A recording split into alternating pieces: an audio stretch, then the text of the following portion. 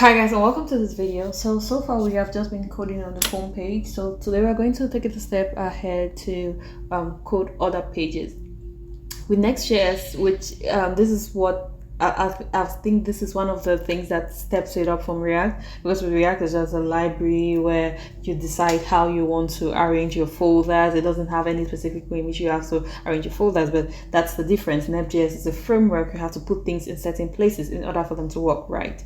So with Next.js, we have the source folder, we have the app folder. Now all your pages, this is how you have to arrange them. You come into the app folder, you click to create a folder.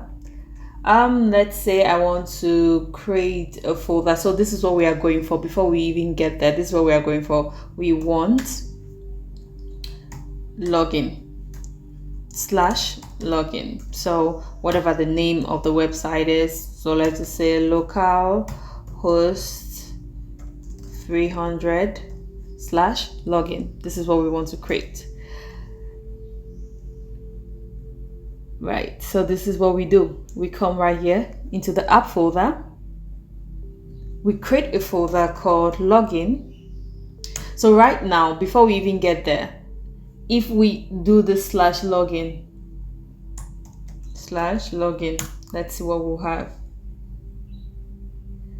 404, this page could not be found. So we cannot find the page right now. Next.js has this default page. When any page you try to get to any link that is not available, this is what it takes you to. So we have our login folder. Next, we create a page called page.tsx.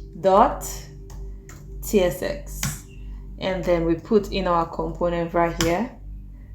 And then we save. Let's see what happens. Immediately we have page already created. This is immediately the page has already been created, and it's just that simple.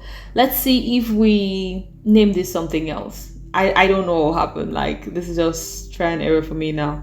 So let's say if we made this page or just tsx. Is there anything going to change? 004 page not found. So it has to be page.tsx in order for us to get the page we are looking for. Right, so that's basically it.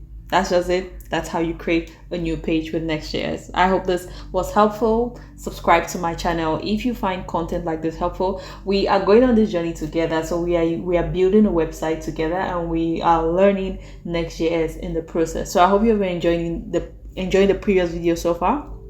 Of course, I'm always going to put links to all the previous videos that we have done, and you could follow along the first video. Thanks for watching, and see you guys next time. Bye.